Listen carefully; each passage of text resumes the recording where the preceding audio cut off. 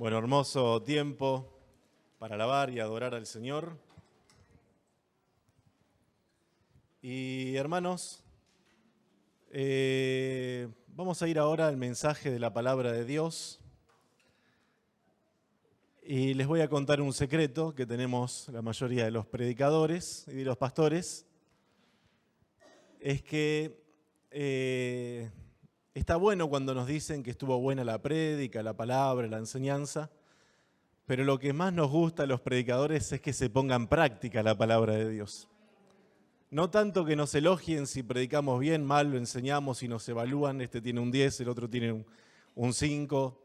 Eso no tanto, sino realmente el deseo que tiene todo predicador de la sana doctrina no es tanto que se elogie su predicación, sino que se viva la palabra de Dios. Ezequiel era un gran profeta, pero dice la palabra de Dios, no lo busquen en Ezequiel 33, que no es lo que vamos a hablar, que la gente venía y le decía que él predicaba muy bien y que tenía una voz hermosa, también se ve que tenía voz de locutor, pero dice, pero la gente no ponía en práctica su palabra. Entonces lo importante en la vida cristiana es poner en práctica la palabra de Dios. Poner en práctica la palabra de Dios. Y hoy quiero hablarles, hermanos, sobre las decisiones. Sobre las decisiones. Y qué difícil que es tomar decisiones, ¿no? Algunas son muy fáciles de tomar, las decisiones cotidianas y del día. ¿Qué comeremos? ¿Qué beberemos? ¿Qué me voy a poner? ¿Qué película voy a ir a ver al cine? Son decisiones fáciles de tomar. Hay otras que son más difíciles y que son más trascendentes en el tiempo y en el espacio. Y esas son las difíciles de tomar. Y creo que todos nosotros hemos pasado por esa época y ese tiempo en donde tenemos que decidir. Mire lo que dice Malaquías capítulo 2, versículo 2. Malaquías capítulo 2, versículo 2. Dice así la palabra de Dios. Si no oyereis y si no decidís de corazón dar gloria a mi nombre, ha dicho el Señor de los ejércitos, enviaré maldición sobre ustedes y maldeciré vuestras bendiciones, y aún las he maldecido porque no os sabéis decidirse. Vamos a orar para entregar este momento en las manos del Señor una vez más. Padre, te damos gracias por tu palabra. Oramos que ella no vuelva vacía, sino que haga aquello para lo cual tú la has enviado. Señor, y te pido especialmente que nuestros corazones y nuestros oídos espirituales se destapen y que hables a las profundidades del alma. Utiliza, Señor, mi incompetencia humana para declarar las grandezas de tus riquezas, Señor. Utiliza mi vida, que es un barro en tus manos, Dios mío, para que pueda enseñar de la mejor manera posible y más clara los conceptos de tu palabra. En el nombre de Jesús te damos gracias, Señor, y a ti daremos la gloria, la honra y el honor por siempre. Amén. Y ahí dice que el Señor le dice a ese pueblo que los iba a maldecir, las maldiciones que les había dado, porque no se decidían de corazón. Qué importante que es ser decidido en la vida, ser determinante. La indecisión, hermanos, es tremenda porque la indecisión nos estanca. La indecisión, recuerden esto, la indecisión, el no decidirme, me estanca en la vida. El que no decide vive dando vueltas en un desierto. El que no decide vive dando vueltas en un desierto. Y vieron que cuando tenemos que decidir algo y no tomamos la resolución, ¿qué nos pasa? Nos volvemos locos. Empieza a venir el cansancio físico, mental, espiritual. Nos vamos a dormir y apoyamos la cabeza en la almohada, pero porque no decidimos, damos vueltas en la cama de un lado para el otro, no encontramos reposo en ningún lado, nos vamos a las Teresitas o a donde sea a descansar, pero como hay algo que tenemos que decidir y no somos determinados en esa decisión, sino que estamos indecisos, no logramos pasar bien, estamos cansados, agobiados. Y hoy quiero hablar sobre el tema de la decisión y la decisión en cuanto al llamado de Dios. La decisión en cuanto al llamado de Dios. Hay bendiciones especiales para aquel que se decide a obedecer el llamado de Dios. Si queremos salir entonces del estancamiento espiritual, si queremos salir de la meseta espiritual, necesitamos ser determinantes en el llamado de Dios. Necesitamos ser decididos en el llamado de Dios. Vieron que a veces nos cuesta decidirnos por las cosas del Señor. Y sabemos que Dios nos está llamando. Sabemos que Dios está irrumpiendo en nuestra vida. Pero hay algo que no nos deja decidir, no nos deja determinar. La Biblia implica y dice que cuando decidimos por las cosas de Dios, a su vez tenemos que renunciar a otras tantas. Cuando decidimos por el llamado de Dios, cuando decidimos por hacer la voluntad de Dios, tenemos que renunciar a un montón de cosas. Y la Biblia nos habla, por ejemplo, que Jesús fue muy decidido. Dice, aconteció que cuando se cumplía el tiempo en que había de ser recibido arriba, Él afirmó su rostro para ir a Jerusalén. En otras palabras,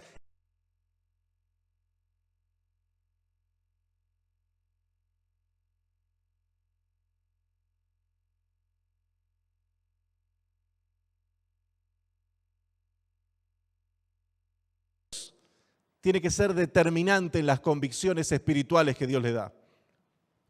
No podemos ser fluctuantes. La Biblia de hecho dice, no sean niños fluctuantes llevados por todo viento de doctrina. No, tenemos que ser determinantes como fue el Señor. Daniel y sus amigos también fueron muy decididos mientras vivían en Babilonia y que se habían decidido y determinado a no contaminarse con la comida del rey de Babilonia. Daniel también se había decidido a seguir orando, a seguir buscando la presencia de Dios. Sus amigos habían decidido no arrodillarse, no postrarse ante la estatua que Nabucodonosor había levantado. Abraham y su esposa también fueron decididos cuando fueron enviados por Dios, cuando Dios viene y los llama a Abraham y dice que Dios le había dicho a Abraham, vete de tu tierra y de tu parentela y de la casa de tu padre a la tierra que te mostraré. Y dice que ellos decidieron salir los dos a un lugar que no sabían a dónde, pero habían decidido por el llamado de Dios. Y el llamado de Dios en nuestra vida muchas veces trae incertidumbre, muchas veces trae ese que no sabemos, no entendemos, pero no importa que no logremos entender todo lo que Dios nos está pidiendo. Lo importante es obedecer la voz de Dios, porque en la obediencia está la bendición. En la obediencia a la palabra de Dios está la bendición. Moisés también decidió pasar trabajo con el pueblo de Dios y ser maltratado en el desierto antes que gozar de los deleites temporales del pecado. Porque el pecado trae deleites. Nadie dice que el pecado no trae deleites. Claro que trae, pero son temporales, son efímeros, son pasajeros.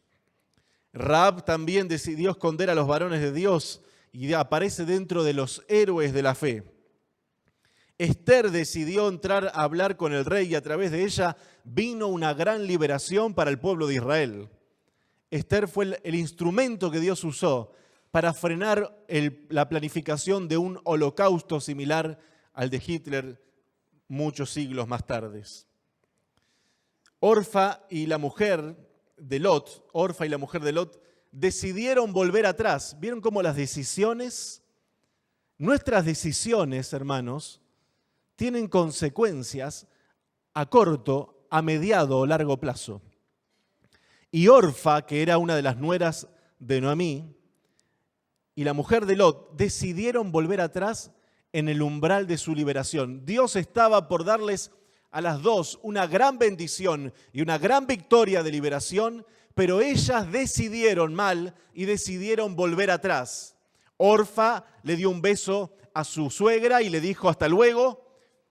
Y la mujer de Lot dice que cuando estaba por ser liberada del castigo que estaba por venir sobre Sodoma y Gomorra, dice que miró para atrás. Miró para atrás. Decidió mirar para atrás. Y sabemos cuáles fueron las consecuencias. Ruth decidió avanzar y fue grandemente bendecida junto con Noemí, su suegra. David, dice la palabra de Dios, que él decidía consultar con Dios y cada vez que consultaba con Dios y hacía lo que Dios le decía, Dios le daba grandes victorias. Una y otra vez encontramos en el profeta Samuel que dice, y Dios le daba la victoria a David. Y Dios le daba la victoria a David. ¿Por qué Dios le daba la victoria? Porque David decidía consultando con Dios. Pedro decidió ir a la casa de Cornelio y fue la llave que Dios usó para que los gentiles recibieran la palabra de Dios y recibieran el poder y la unción del Espíritu Santo. El hijo pródigo, ¿se acuerdan? Estando en el chiquero de los cerdos, dice que decidió volver a la casa de su padre. Dijo, me levantaré. Fue determinante. Y acuérdense de esto, hermanos, si se olvidan de toda la prédica, acuérdense de esto. En el llamado de Dios tenemos que ser determinantes. No importa lo que otros digan, no importa lo que yo mismo piense, si veo, si no veo, si estoy de acuerdo, si no estoy de acuerdo. Dios tiene pensamientos mucho más grandes para nosotros. Y vale la pena obedecer el llamado de Dios. Vale la pena obedecer el llamado de Dios. No seamos indiferentes ante el llamado del Señor. El hijo pródigo dijo, me levantaré e iré a la casa de mi padre. Y así por adelante, hermanos, en la Biblia encontramos cientos y cientos de personas que decidían cada día. Algunas decidieron bien, otras decidieron muy mal. Y uno de ellos, de los que huyó del llamado de Dios, de los que huyó de la presencia de Dios, de los que decidió huir de Dios, es un profeta muy raro, que es el profeta Jonás. ¿Cuántos sintieron hablar de Jonás? A ver, levante la mano. Y el profeta Jonás fue un profeta rarísimo, porque por un lado encontramos que era un profeta de Dios, que era un hombre de Dios. Pero por el otro lado encontramos que era un hombre que estaba huyendo del llamado de Dios. Y el que huye de Dios, que lo escuchen los que están en YouTube también, o en Facebook, o donde sea, el que huye de Dios corre inútilmente. El que huye de la presencia de Dios comienza a correr en vano y va hacia ninguna parte y hacia ningún lugar.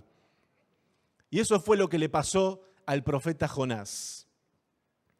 Algunos dicen que este libro, vayan abriéndolo si quieren, algunos dicen que este libro del profeta Jonás es un cuento, es una sátira, es una fantasía, es una parábola, pero nosotros creemos que este libro del profeta Jonás es un libro inspirado por Dios. Que desde Génesis hasta el Apocalipsis, los 66 libros fueron soplados por el Espíritu Santo. Y que lo que cuenta acá este libro no fue un cuento, no fue una sátira, sino que fue una historia real de un profeta que Dios lo llamó y que Dios lo quería usar, pero decidió huir del llamado de Dios. Decidió huir del llamado de Dios. Y lo digo por experiencia propia. Esto no es que lo leí solamente en la Biblia, lo digo por experiencia propia.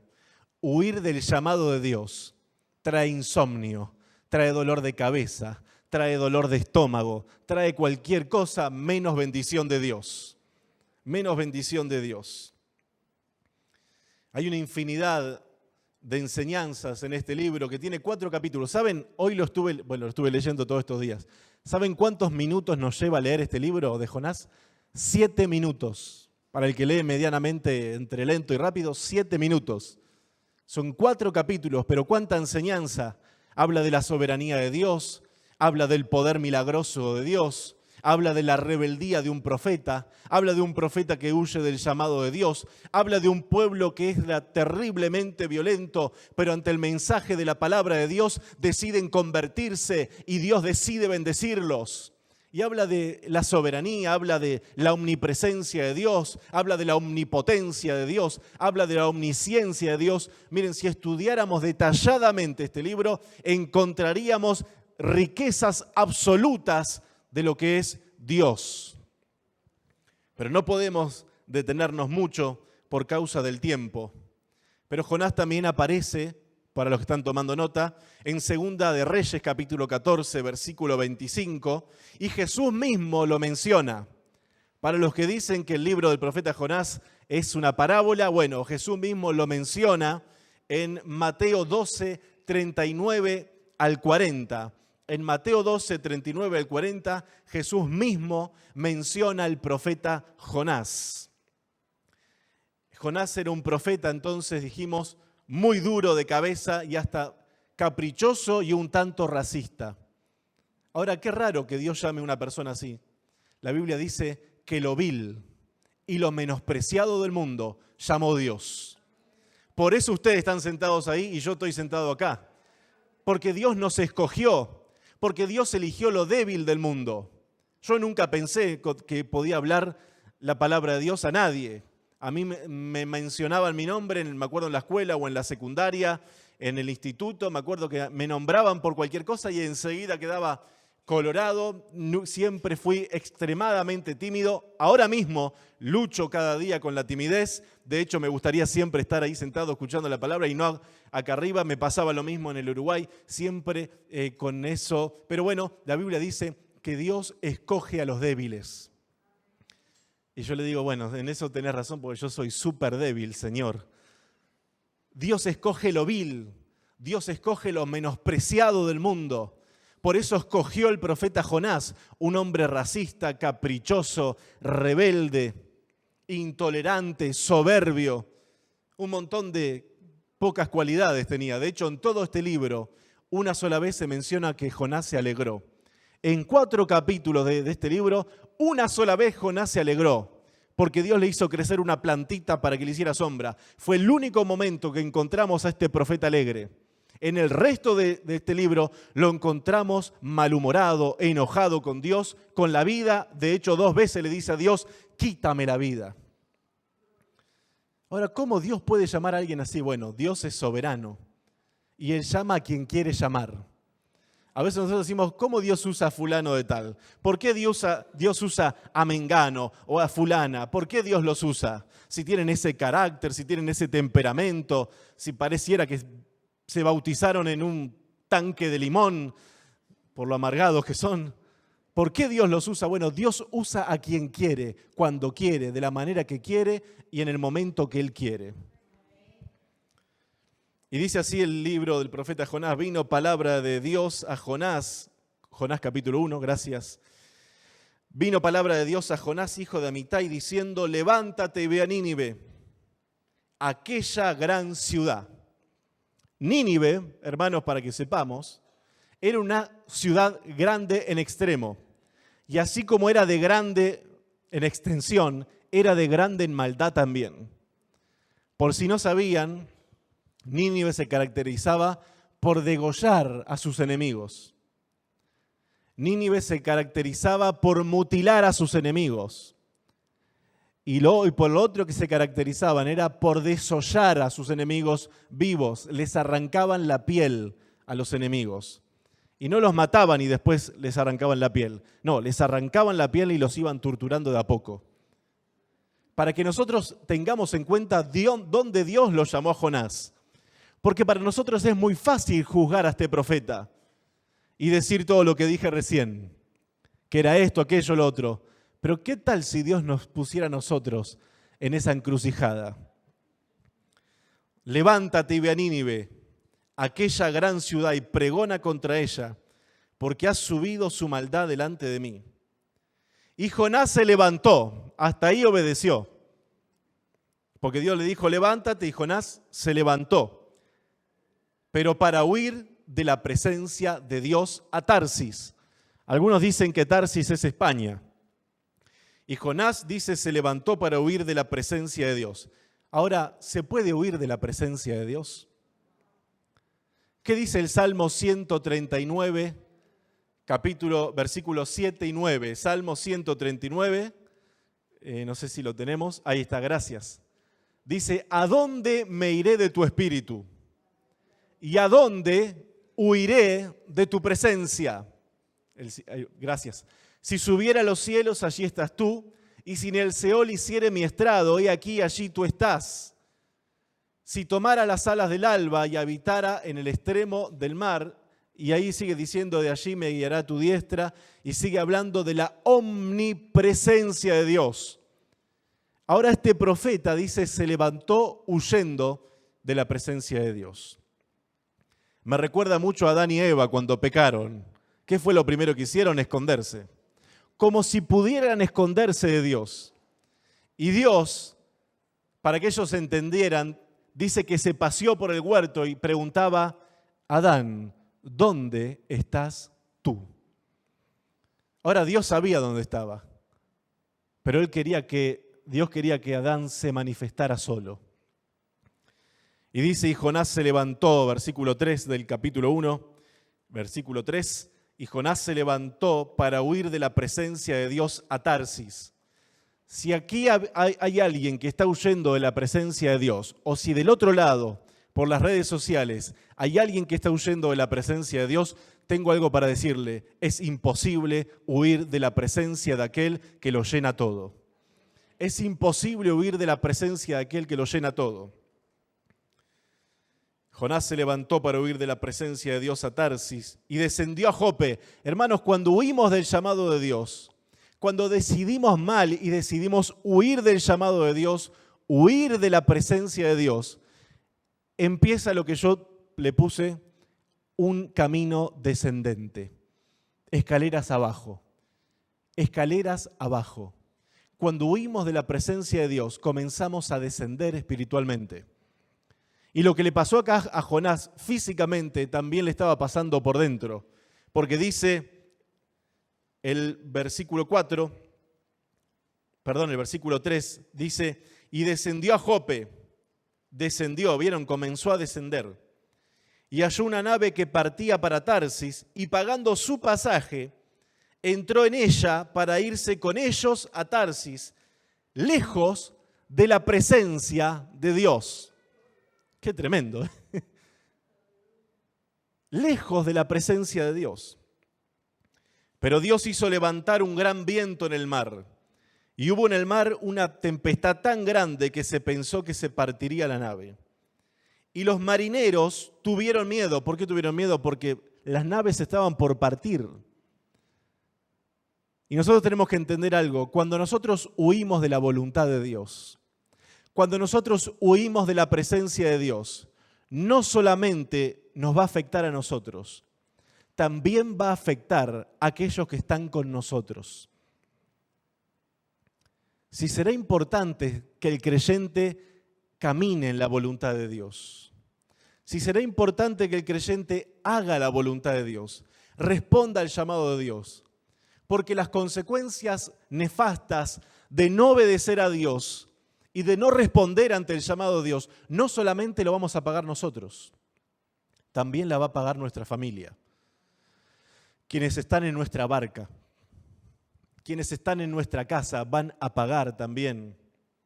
Esto lo vemos justamente en esto, que dice, y los marineros tuvieron miedo, versículo 4, perdón, pero Jehová hizo levantar un gran viento en el mar y hubo en el mar una tempestad tan grande que se pensó que se partiría la nave. Y los marineros tuvieron miedo y cada uno clamaba a su Dios. Ahí había marineros que eran paganos, no tenían al Dios verdadero en sus vidas. Y comenzaron a clamar a sus dioses. Dice que cada uno de ellos comenzó a clamar a su Dios para que los ayudara. Y echaron en el mar los enseres que había en la nave para descargarla de ellos. Pero Jonás había bajado. ¿Vieron? Dijimos escaleras abajo, un camino descendente. Dice Jonás, primero bajó a Jope, ahora estaba en la nave y dice, pero Jonás había bajado al interior de la nave y se había echado a dormir. Jonás vio toda esa tempestad que estaba pasando. Jonás vio que la nave casi se parte, que los marineros estaban atemorizados porque la tempestad era grande. Pero dice que bajó al interior de la nave y en medio del caos comenzó a dormir. Hermanos, mientras hay caos afuera en el mundo, la iglesia no puede estar durmiendo. La iglesia no puede dormir. La Biblia dice, despiértate tú que duermes y levántate de los muertos y te alumbrará Cristo. Dios no quiere una iglesia dormida. Dios no quiere que los creyentes estemos todos en un cuarto grande con nuestras camitas bien acolchonadas y el ventilador o el aire acondicionado, y mientras en el mundo afuera hay caos, la iglesia no puede estar durmiendo. La iglesia tiene que estar proclamando el mensaje de la palabra de Dios. La iglesia tiene que decirle a este mundo que está quebrado que hay esperanza. Y que la esperanza no viene de la izquierda, ni de la derecha, ni de la centro-derecha, ni de la ultraderecha, ni de los comunistas, ni de los socialistas. La esperanza solamente se encuentra en volvernos a Dios de todo corazón, en buscar la presencia de Dios y en volvernos a la palabra de Dios. Dice la palabra que Jonás se había echado a dormir. Y el patrón de la nave se le acercó y le dijo: ¿qué tienes, dormilón? Levántate y clama a tu Dios. Quizás Él tendrá compasión de nosotros y no pereceremos. Y dijeron cada uno a su compañero: venid, echemos suertes para que sepamos por causa de quién nos ha venido este mal. Y echaron suertes y la suerte cayó sobre Jonás. La suerte cayó sobre Jonás. Entonces le dijeron ellos: decláranos ahora por qué nos ha venido este mal. Primera pregunta que le hacen, lo interrogan: ¿por qué nos vino este mal? Segunda pregunta: ¿qué oficio tienes y de dónde vienes? ¿Cuál es tu tierra y de qué pueblo eres? Y él les respondió: soy hebreo y temo a Dios. Bueno, este es un profeta que hay que analizarlo bien, si estaba bien de la bocha o más o menos. Porque estaba huyendo de la presencia de Dios y tiene el tupé de decirle a los marineros: yo soy hebreo. ¿Y saben algo? Tengo temor de Dios en mi vida. Dice: soy hebreo y temo a Dios, Dios de los cielos, que hizo el mar y la tierra. Y aquellos hombres temieron sobremanera y le dijeron: ¿por qué has hecho esto? Porque ellos sabían, una vez más aparece esta frase, que huía de la presencia de Dios, pues Él se lo había declarado. Ellos sabían que la tempestad que estaban viviendo ellos era por la desobediencia de este profeta. Y vuelvo a decir, hermanos, para que nosotros, y espero que esta palabra llegue a lo profundo de nuestro ser, nuestros actos de obediencia o de desobediencia no solo nos van a afectar a nosotros, van a afectar a todo cuanto esté alrededor nuestro. Por eso los que somos sacerdotes del hogar, los que somos padres y madres, necesitamos urgentemente saber cuál es la voluntad de Dios para nuestras vidas, cuál es el llamado de Dios para nuestras vidas. Porque mientras no sepamos cuál es el llamado de Dios, mientras no estemos caminando en ese llamado, puede venir el caos a nuestra vida. Y esto no es por miedo, no es que quiero inculcar miedo desde acá, pero puedo decir con propiedad, no hay mejor lugar en la vida para vivir que dentro del llamado de Dios. No hay mejor lugar que el llamado de Dios. No hay mejor lugar que la voluntad de Dios. Ese es el mejor lugar, ese es el paraíso en nuestra vida. El paraíso para mi vida puede ser que sea Tenerife, pero más que eso, es estar en la voluntad de Dios. Es estar en el centro de la voluntad de Dios. Porque veo a mi esposa feliz, veo a mi hijo feliz, veo la paz en el hogar. Veo que no hay perturbación, que no hay opresión. ¿Por qué? Porque cuando se está en el llamado de Dios, se cuenta con el respaldo de Dios, se cuenta con la gracia de Dios, se cuenta con la misericordia y la bendición de Dios. Dice entonces el versículo 10, que aquellos hombres temieron sobremanera y dijeron: ¿por qué has hecho esto? Porque ellos sabían que huía de la presencia de Dios, pues Él se lo había declarado, y le dijeron: ¿qué haremos contigo para que el mar se nos aquiete? Porque el mar se iba embraveciendo más y más. O sea, tenían que solucionar el tema rápido. Y aquellos hombres versículo 12, perdón. Él les respondió, tomadme y echadme al mar, y el mar os aquietará. Acá Jonás no es que estaba siendo misericordioso con los... Miren, si hay alguien, si acá aparece gente misericordiosa son los marineros. Pero Jonás no estaba siendo misericordioso con ellos. Jonás prefería que lo tiraran al mar y morirse que llegar a Nínive. Ese era el problema de Jonás. Por eso le dice a los marineros, miren, agárrenme y tírenme para el mar y van a ver cómo el mar se les va a aquietar. Y dice el versículo 13, y aquellos hombres trabajaron para hacer volver la nave a tierra, o sea, no quisieron, mas no pudieron porque el mar se iba embraveciendo más y más contra ellos. Entonces clamaron a Dios, esta vez clamaron al Dios verdadero. Yo digo, qué unción y qué gracia que había en ese profeta, que aún sin quererlo, donde él iba, la gente se convertía al Dios verdadero. Él no les predicó para que se convirtieran. Sin embargo, Dios usó la vida de este profeta para que esos marineros, Dios a veces usa accidentes también, para que otros sean salvos. Dios usó este accidente que ocasionó el mismo Jonás, para que esos marineros se salvaran, porque dice, entonces clamaron a Jehová. Entonces ellos dejaron de clamar a sus dioses, dejaron los dioses paganos, dejaron la idolatría y comenzaron a clamar al Dios vivo y verdadero. Estos días pasamos por la puerta de la iglesia tradicional y mi hijo, que está siempre con la Biblia porque ve los dibujitos, pasó y me dice, ahí oran a dioses falsos. Y la gente entraba y salía. Y yo, callate, Efraín, callate la boca, después hablamos en casa. Pero ahí están adorando a dioses. Vos callate, le digo, vámonos de acá. Pues me iba a meter en un lío bárbaro.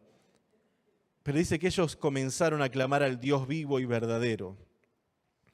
Dice, entonces clamaron a Jehová y dijeron, te rogamos ahora, Jehová, que no perezcamos nosotros por la vida de este hombre, ni pongas sobre nosotros la sangre inocente, porque tú, Jehová, has hecho como has querido. Y tomaron a Jonás y lo echaron al mar, y el mar se aquietó de su furor. Y temieron aquellos hombres a Jehová con gran temor, y ofrecieron sacrificio a Jehová e hicieron votos. Pero Dios había preparado un gran pez que tragase a Jonás, y estuvo Jonás en el vientre del pez 3 días y 3 noches. Acá parece que Dios prepara una gran tempestad, Dios preparó un gran pez, más adelante también preparó una planta. Vemos a Dios en todo este asunto. Pero dice el versículo 17, el Señor tenía preparado un gran pez. Y esto no es una ballena. Algunos ateos para hablar mal de este libro dicen, ¿vieron cómo una ballena va a poder tragar si no puede? Una ballena no puede tragar a un ser humano. Mira, aunque diría que sea una ballena, lo que lo tragó nosotros lo creeríamos, porque para Dios no hay nada imposible. Es más, si la Biblia dice que Jonás se tragó a la ballena, también lo creeríamos, porque Dios puede hacer lo que quiera hacer. Pero acá no dice que fue una ballena, dice que fue un gran pez. Un gran pez. Lo que sabemos, hermanos, es que un monstruo marino, literalmente dice, un monstruo marino se tragó a Jonás. No sabemos qué clase de monstruo marino fue, pero estoy seguro, hermanos, que nosotros no conocemos ni la mitad de los habitantes que hay en las profundidades del océano. A los que les gusta bucear, capaz que un día se pueden encontrar con alguno. Pero dice, pero el Señor había preparado un gran pez o un monstruo marino que tragase a Jonás, y estuvo Jonás en el vientre del pez 3 días y 3 noches. Otra cosa que yo veo acá, hermanos, y esto lo digo a título personal, no es una doctrina bíblica ni tampoco es antibíblica, para mí, lo digo yo a título personal, lo claro, para mí Jonás estuvo muerto en ese pez y Dios lo resucitó luego cuando ese pez lo vomita en tierra. Pero para mí, lo digo a título personal por algunos versículos que están en el capítulo 2, para mí estuvo muerto algunos días y Dios hizo el milagro de resucitarlo. Por ejemplo, en el capítulo 2 dice, entonces oró Jonás al Señor su Dios desde el vientre del pez y dijo: invoqué en mi angustia al Señor y Él me oyó. Desde el seno del Seol clamé y mi voz oíste. Me echaste a lo profundo en medio de los mares y me rodeó la corriente. Nosotros podemos imaginarnos lo que fue eso. Ese gran pez, ese monstruo marino se lo traga. Jonás queda en el vientre de ese monstruo marino y ustedes se imaginan lo que había en ese vientre, ¿no? Distintos tipos de peces, algas, como dice acá la palabra de Dios, agua en abundancia también. Creo que no es el mejor lugar para orar, pero cuando uno es desobediente a Dios, bueno, Dios hace que lo tengamos que buscar de donde sea. Conocí un gran amigo mío allá en Florida, Uruguay, que Dios lo estaba llamando.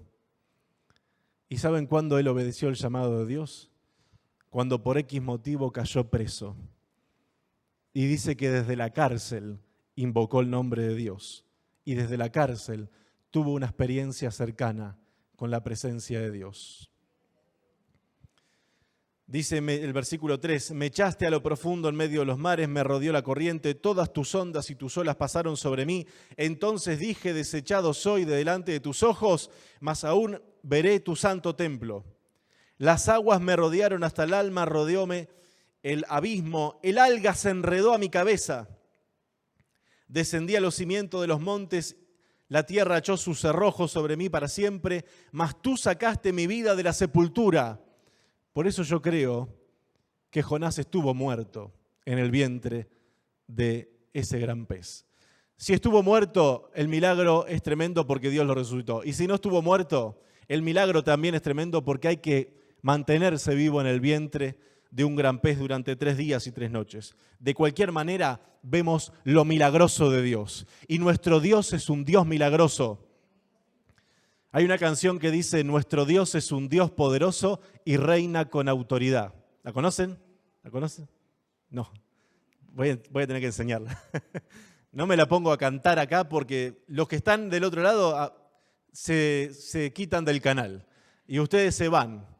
Pero dice, nuestro Dios es un Dios poderoso que reina con autoridad, con gloria, amor y poder. Mi Dios poderoso es. Mi Dios poderoso es, y ese es nuestro Dios. Ese es nuestro Dios. Para Él no hay nada difícil, para Él no hay nada imposible. Dice que sacó mi alma de la sepultura, versículo 7, cuando mi alma desfallecía en mí, me acordé del Señor y mi oración llegó hasta su santo templo. Los que siguen vanidades ilusorias, su misericordia abandonan. Y el versículo clave de todo este libro es este.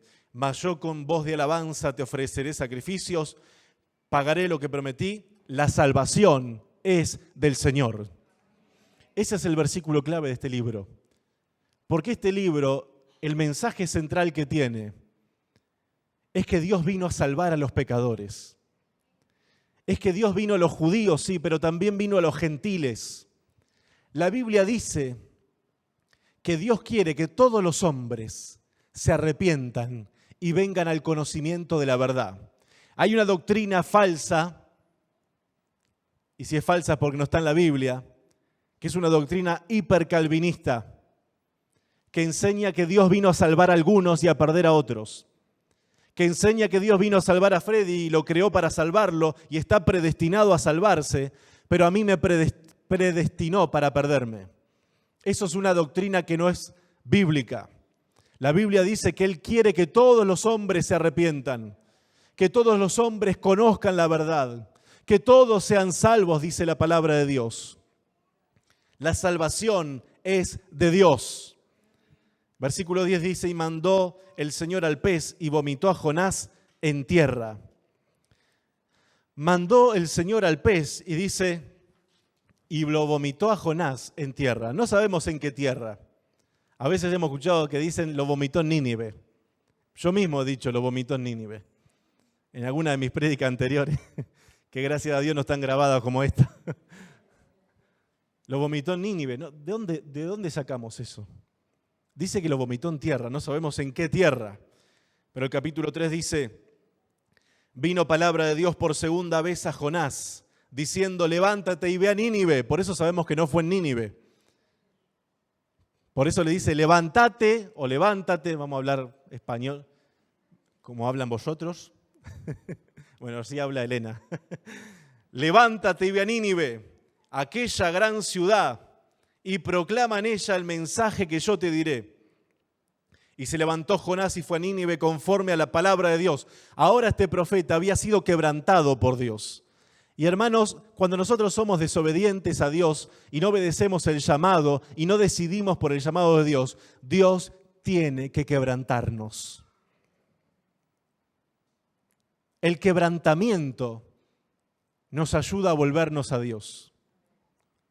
Por eso a veces nosotros, claro, yo lo digo ahora porque mi hijo es chiquito, pero a veces hijos chicos, problemas chicos, hijos grandes, problemas grandes. Y a veces los padres creyentes ven que sus hijos se apartan del Señor y a esos hijos le empieza a ir mal en todo. Entonces los padres creyentes, ¿qué hacen? Quieren evitarles a todas costas ese dolor, no entendiendo que ese dolor es el quebrantamiento que Dios les ha preparado para que se vuelvan a Él. El ser humano, cuando es quebrantado por Dios, se vuelve a Él. En mi país, Argentina, era un país muy rebelde a Dios. Era un país que no quería saber nada con Dios, principalmente en Rosario. No, en toda Argentina era igual. No querían saber nada con Dios. El argentino era orgulloso, prepotente, soberbio. Perdónenme los argentinos, pero estoy contando la historia de cómo fue el avivamiento en Argentina. Hasta que perdimos las Islas Malvinas. Y fue en ese momento que el argentino comenzó a buscar a Dios. Y Dios comenzó a levantar a evangelistas como Carlos Anacondia y otros siervos de él que fueron usados por Dios, y ahí es que el argentino comenzó a volverse a Dios. Pero antes de que no nos pasara nada, estábamos bien. Dios usa el quebrantamiento. Por eso si tu hijo que está apartado de Dios, si tu hija que está apartada de Dios, estás pasando por un momento mal, vos orá para que Dios lo siga quebrantando para que se vuelva a Dios de todo corazón. Lo sigan quebrantando para que se vuelvan a Dios de todo corazón. Yo tengo un hermano, el mayor, que se llama Nahuel. Él estaba un poco alejado de nosotros, de la familia, por X motivo.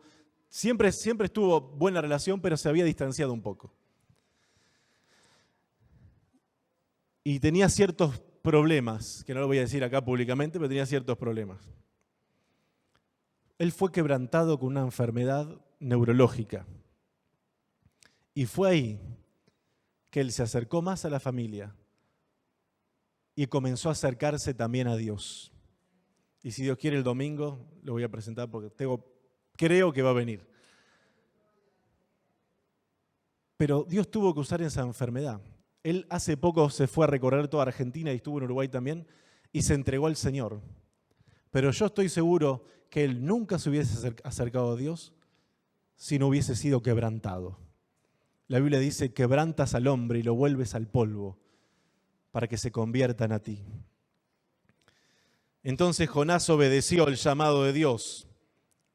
Dice, y se levantó Jonás, versículo 3 del capítulo 3, y fue a Nínive conforme a la palabra de Dios, y era Nínive ciudad grande en el extremo de 3 días de camino, y comenzó Jonás a entrar por la ciudad a camino de un día, y predicaba diciendo, de aquí a 40 días Nínive será destruida. Miren qué sermón más grande. Pocas palabras tenía este profeta. Es más, de hecho, para mí que no quería que se convirtieran porque en ningún momento menciona que si se arrepentían había esperanza, que Dios los amaba, no. Dice, de aquí a 40 días esta ciudad, Nínive, será destruida. Y el versículo 5, y los hombres de Nínive creyeron a Dios. Los malvados de Nínive, esos que desollaban a la gente, esos que degollaban a los reyes, esos que torturaban a sus enemigos, dice que ante el sermón iracundo, como Dios usa a esta gente iracunda a veces, con un sermón iracundo como el del colérico, lo único que dijo en su sermón fue, esta ciudad va a ser destruida. Pero el versículo 5 dice, y los hombres de Nínive creyeron a Dios y proclamaron ayuno y se vistieron de cilicio desde el mayor hasta el menor de ellos. Y llegó la noticia hasta el rey de Nínive, y se levantó de su silla, se despojó de su vestido y se cubrió de cilicio y se sentó sobre ceniza. E hizo proclamar y anunciar en Nínive por mandato del rey y de sus grandes, diciendo: hombres y animales, bueyes y ovejas, no gusten cosa alguna, no se les dé alimento ni beban agua, sino cúbranse de cilicio hombres y animales, y clamen a Dios fuertemente, y conviértase cada uno de su mal camino, de la rapiña que hay en sus manos. Ahora Dios empezó a usar al rey también de Nínive, a este rey malvado, que como el pueblo creyó, él también creyó a la palabra de Dios. Por eso, hermanos, nunca desechemos a nadie. Dios no desecha a nadie. Dios desechó a un rey, a Saúl, pero hay una perlita ahí. Cuando uno lee que Dios lo desechó, dice: Dios lo desechó como rey. Nunca desechemos a nadie. Toda persona es redimible. Toda persona es redimible. No importa lo bajo del pecado. No importa lo grave que hayan hecho. No importa cuán bajos se hayan caído ni cuánto se han alejado de Dios. Toda persona tiene esperanza. Y toda persona es redimible, es rescatable por la gracia y la misericordia de Dios. Versículo 9 dice que el rey dijo: ¿quién sabe si se volverá y se arrepentirá Dios y se apartará del ardor de su ira? Y no pereceremos. Y vio Dios lo que hicieron, que se convirtieron de su mal camino, y se arrepintió del mal que había dicho que les haría y no lo hizo.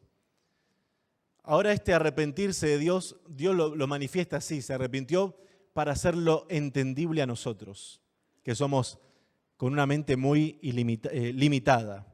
Entonces, para que nosotros logremos entender, dice, está la expresión se arrepintió Dios, como diciendo, en otras palabras, como ese pueblo cambió, se arrepintió, se volvieron al Señor, creyeron a la palabra de Dios, entonces Dios cambió de parecer. Se arrepintió del mal que había dicho que les haría y no lo hizo. Esto es un gran avivamiento. Este es uno de los mayores avivamientos y despertares espirituales que aparecen en la palabra de Dios. Un rey malvado y toda una ciudad malvada, llena de violencia, de malos caminos, de rapiña. Toda una ciudad se vuelve a Dios. Imagínense que eso pase acá en Tenerife. Que toda la isla se vuelva a Dios. Que haya que pedirle el estadio, alquilar el estadio acá cerquita para llevar adelante las reuniones. ¡Qué avivamiento! ¡Qué poder! ¿Y saben por qué ese avivamiento? Por la proclamación de la palabra de Dios. Aunque el vaso que estaba proclamando de la palabra de Dios no era el mejor para nosotros, Dios lo utilizó para su gloria y honra. Porque en realidad lo que más importa no es la torpeza del predicador. Yo reconozco que soy muy torpe para predicar la palabra de Dios. Y si me comparo con Manolo y Anderson, bueno, que tienen esa, qué sé yo cómo decirlo, que saben tanto y lo expresan de esa manera, que van al hebreo y al griego y acá y allá, y yo apenas al español. Pero Dios, hermanos, usa a quien quiere, cuando quiere y de la manera que quiere. Y no importa si sos torpe al hablar. No importa si no tenés una gran capacidad oratoria. Si proclamás la palabra de Dios y creés a la palabra de Dios, Dios puede hacer grandes cosas. Dios puede hacer grandes cosas. Y ahí se desató un gran avivamiento y vamos a terminar ya en 5 minutos. Dice el capítulo 4. Pero Jonás se apesadumbró, no le digo, no me salen las palabras, se apesadumbró en extremo y se enojó. Ahora, qué tremendo, un profeta que Dios lo usa para ganar a los marineros en el viaje, después para ganar al rey de Nínive y para ganar a toda la población de esa gran ciudad malvada.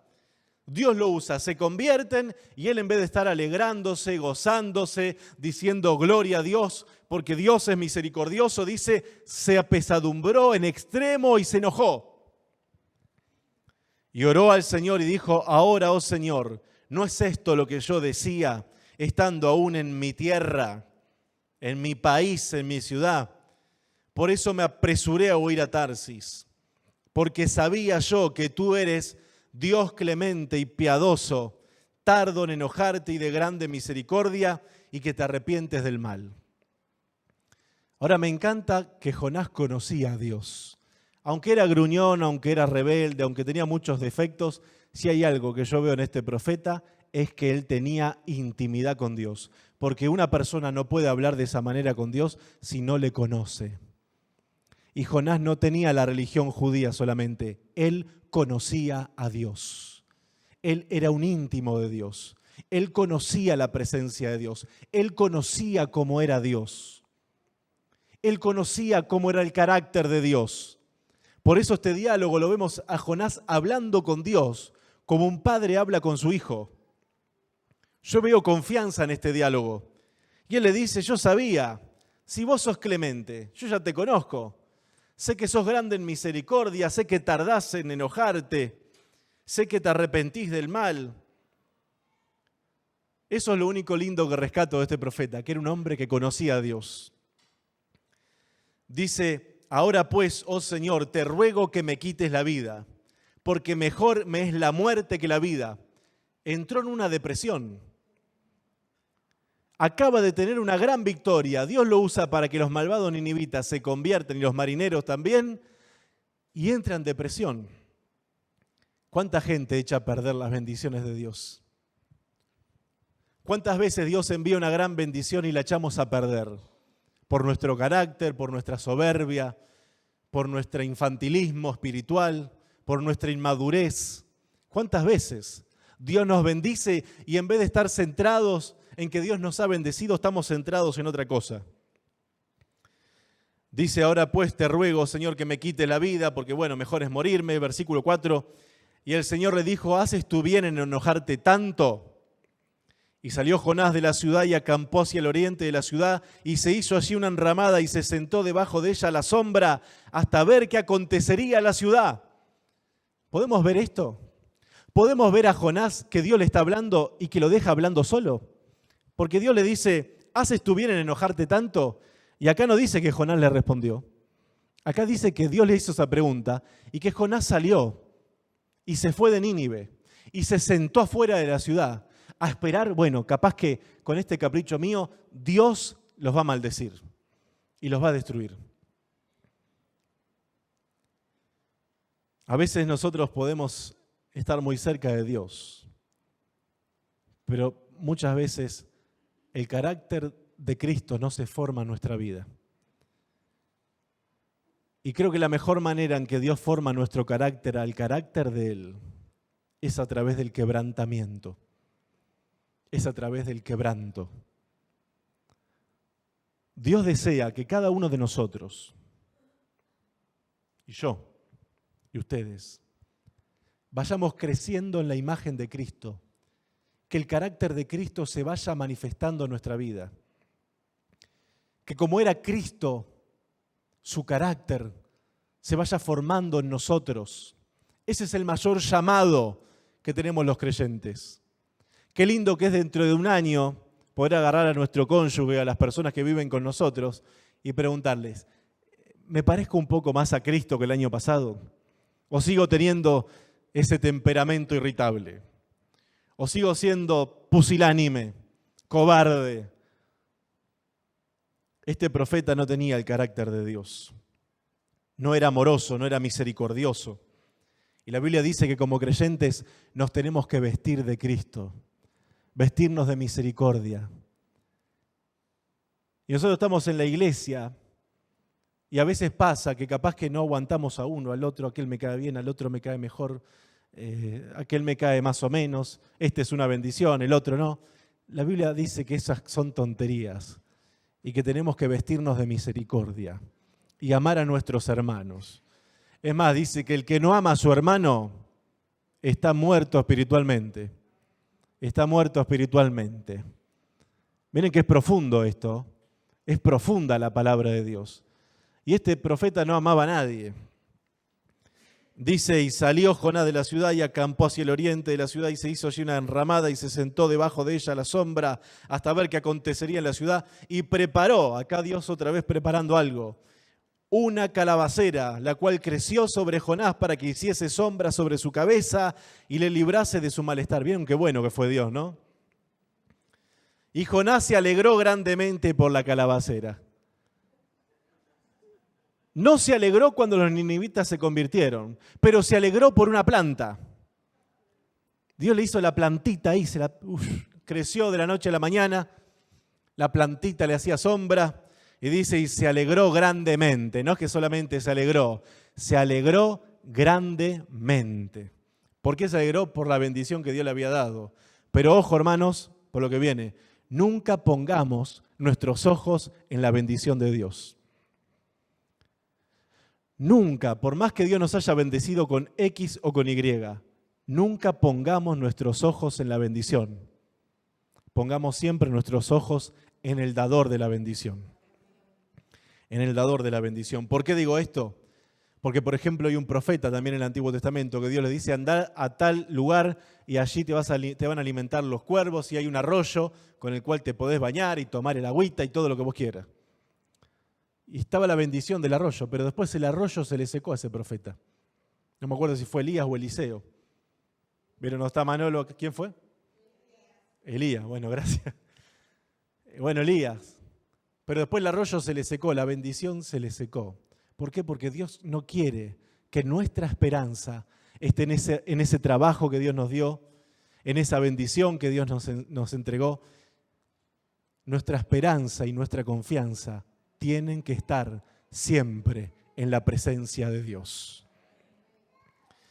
Dice, Jonás se alegró grandemente por la calabacera, pero al venir el alba, parece que Dios le estaba bromeando, pero al venir el alba del siguiente día, Dios preparó un gusano, el cual hirió la calabacera y se secó.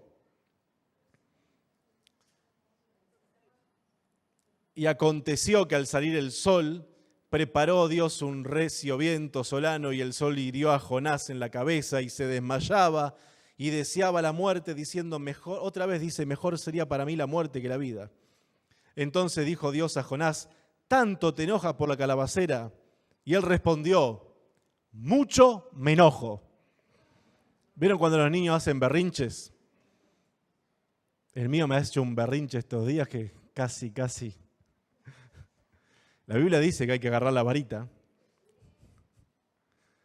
Porque el niño consentido trae vergüenza a los padres. Claro, esto, yo antes cuando no tenía hijos y predicaba, pues yo predico de los 15 años más o menos, y a veces acá no es como allá, que acá a la hora de la predicación los niños se van, cada uno que está buenísimo. Allá no, allá teníamos que aguantarlos en el culto. Y a veces esos padres no podían con esos hijos y yo les encajaba, el niño consentido da vergüenza a los padres, hasta que tuve el mío. Y ese versículo se me fue a los pies. Y no lo volví a usar mucho tiempo después. Pero es la realidad. Dice que Jonás hizo ese berrinche, dice, mucho me enojo hasta la muerte. Y dijo Jehová, ¿tuviste tú lástima de la calabacera en la cual no trabajaste, ni tú la hiciste crecer, que en espacio de una noche nació y en espacio de otra noche pereció? Y no tendré yo piedad de Nínive, aquella gran ciudad donde hay más de 120,000 personas que no saben discernir entre su mano derecha y su mano izquierda, y muchos animales. Y ahí termina el libro, no sabemos cuál fue la reacción de Jonás. Este es un final trunco, o sea, un final que no sabemos en qué terminó la vida de ese profeta. Pero sí Dios lo confronta y le dice, en esa ciudad, la cual vos esperás que yo la destruya, como destruía Sodoma y Gomorra, porque seguramente Jonás tenía en mente lo que había pasado en Sodoma y Gomorra, y estaba esperando que ocurriera lo mismo. Dios le dice, en esa ciudad hay 120,000 personas que no saben discernir entre el bien y el mal. Hay niños, hay inocentes y también hay muchos animales. Y Dios le hace esa pregunta y no sabemos qué le respondió Jonás. Pero sí podemos aprender de todo este libro, hermanos. La idea central de este mensaje. Uno puede agarrar este libro y hacer muchos mensajes, pero la idea central de hoy era uno solo. enfrentando el llamado de Dios, acudiendo al llamado de Dios. Dios nos ha llamado a que vivamos en el centro de su voluntad, a que caminemos en su llamado. Y mientras estemos huyendo del llamado de Dios, escuchen esto, nosotros y los que están del otro lado, mientras estemos huyendo del llamado de Dios, estaremos corriendo inútilmente, estaremos corriendo hacia la nada, estaremos dando golpes al viento. En vez de huir del llamado de Dios, ¿por qué no corremos hacia el llamado de Dios? ¿Por qué no acudimos al llamado de Dios? Yo quiero decirles una cosa más y con esto cierro. Dios quiere darles una vida linda. Dios desea darles una vida linda, una vida bendecida, una vida triunfante, una vida abundante. Pero esa vida abundante no se encuentra lejos de su presencia, como hizo Jonás, que huyó de la presencia de Dios o intentó huir de la presencia de Dios. Esa vida abundante se encuentra en la misma presencia de Dios. Y si vos sentís que Dios te está llamando, si crees que Dios te llama, si crees que no estás en el centro de la voluntad de Dios, esta es la tarde donde puedas ponerte a cuentas con Dios. Las puertas de la gracia están abiertas. La puerta de la misericordia está abierta. Dios nos ama y tiene un plan con nosotros.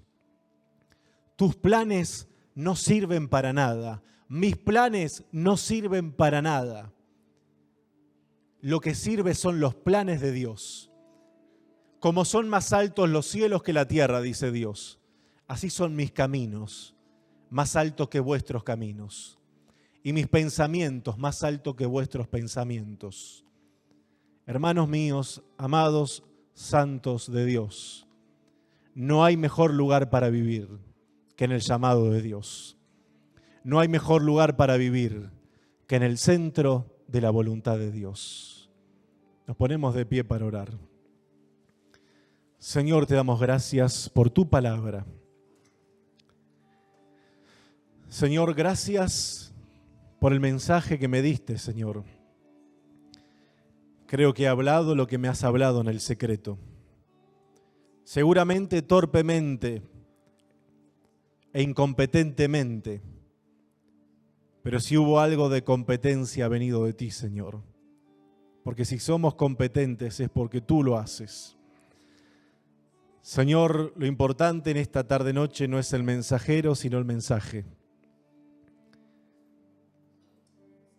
Ayúdanos a caminar siempre en el centro de tu voluntad, Dios. No hay llamado más alto ni honor más sublime que postrarnos ante tu trono, Señor. Pues es en ese lugar donde tu sombra, tu gloria nos asombra y nos envuelve tu gracia.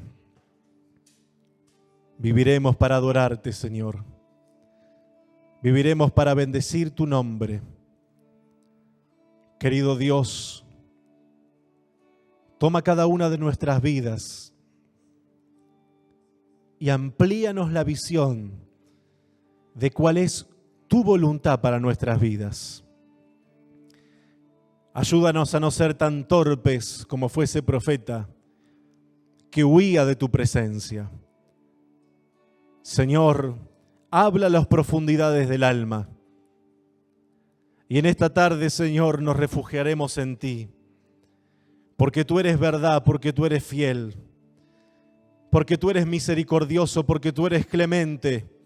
Porque tú eres lento para la ira y eres grande en misericordia. Nos refugiaremos en ti, correremos a ti, Señor. No corremos de ti, corremos a ti, Señor. Corremos a tu trono de gracia y de misericordia. Y te pedimos, Señor, que en nuestra embarcación tú salves a los que vienen con nosotros. Tú salves a nuestras familias, a nuestros seres queridos, a nuestros familiares, Dios mío. Te rogamos que tú les alcances por tu misericordia. Y si esa tempestad no se hubiese manifestado en esa barca, ninguno de esos marineros hubieran clamado a ti, Señor.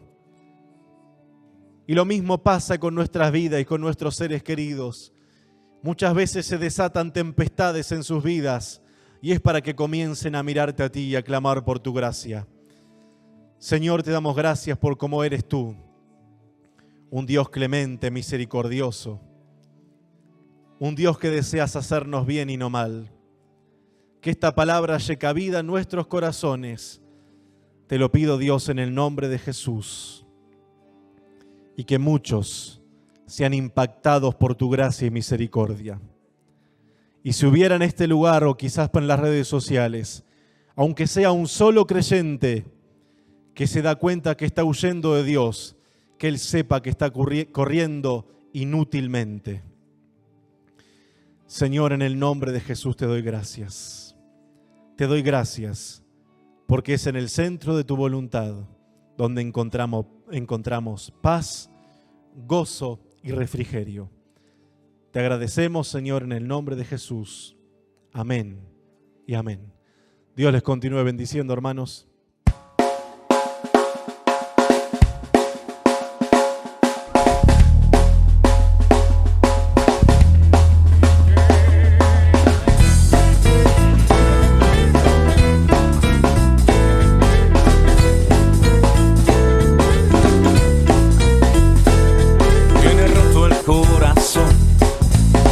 Sufrir y llorar, tienes que aprender a descansar en Dios. No importa lo que te dijeron, no importa lo que te hicieron, tienes que aprender a descansar en Dios.